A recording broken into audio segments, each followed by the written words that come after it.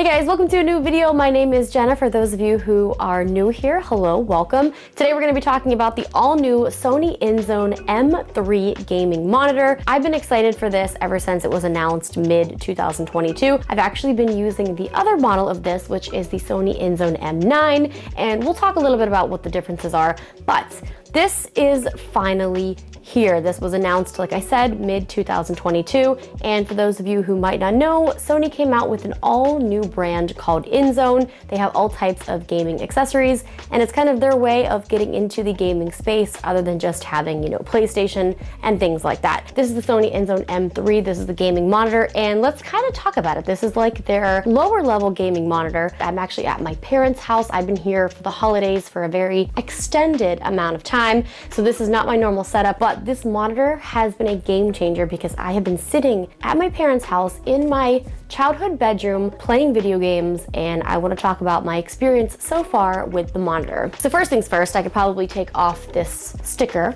I just wanted to leave it here to show you. This is the Inzone M3 27-inch gaming monitor. This is not 4K. The M9 is 4K resolution, but this does have the full HD. Now this has up to 240 hertz refresh rate, which you will only get, I believe, up to 144 hertz refresh rate with the M9. So we do have kind of a trade-off here where this is full HD 1080p with a higher refresh rate, but not 4K. This does have the 1 millisecond response time with support for HDMI 2.1. This does have the display HDR 400 as well as the NVIDIA G-Sync technology. And we have features that are exclusive for PlayStation 5. Let's go ahead and officially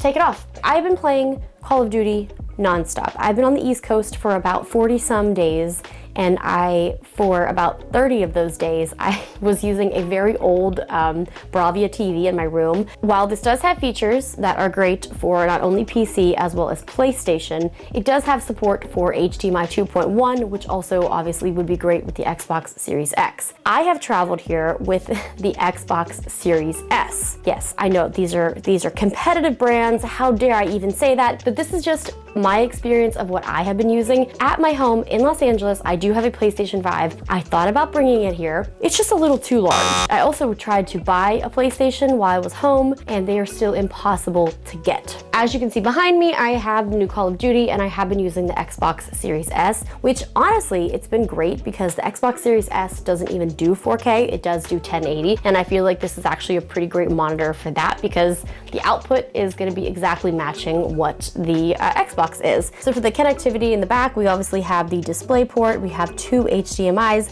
We have USB Type-C, USB Type-B, USB Type-A, and we have a headphone output. Here's some features of what's going to make it great to pair with your PlayStation 5. We have the auto HDR tone mapping as well as the auto genre picture mode. So while that is not something that I can test with this monitor right now, I am excited to hopefully test that in the future. But yeah, so far I have been having a really, really great time. One of the reasons I also love the Sony Inzone monitors is because it does have speakers. A lot of the times I do have headphones on, but also a lot of the times I just want to hear the gameplay coming through the speakers. So it is so nice to have that so that I am not limited to only wearing headphones. With this gaming monitor, you're going to get less ghosting and blur with the 1 millisecond response time. This also does have the variable refresh rate technology, as well as the auto low latency mode. This has the display HDR 400 plus the anti-glare coating. With the display HDR 400, this allows you to experience all of your content in vivid HDR contrast with peak brightness of 400 nits. This is also really easy to adjust. There's a button on the back for a power button as well as a dial, which we can easily go through all of the settings here. There's also different picture modes. So we do have the standard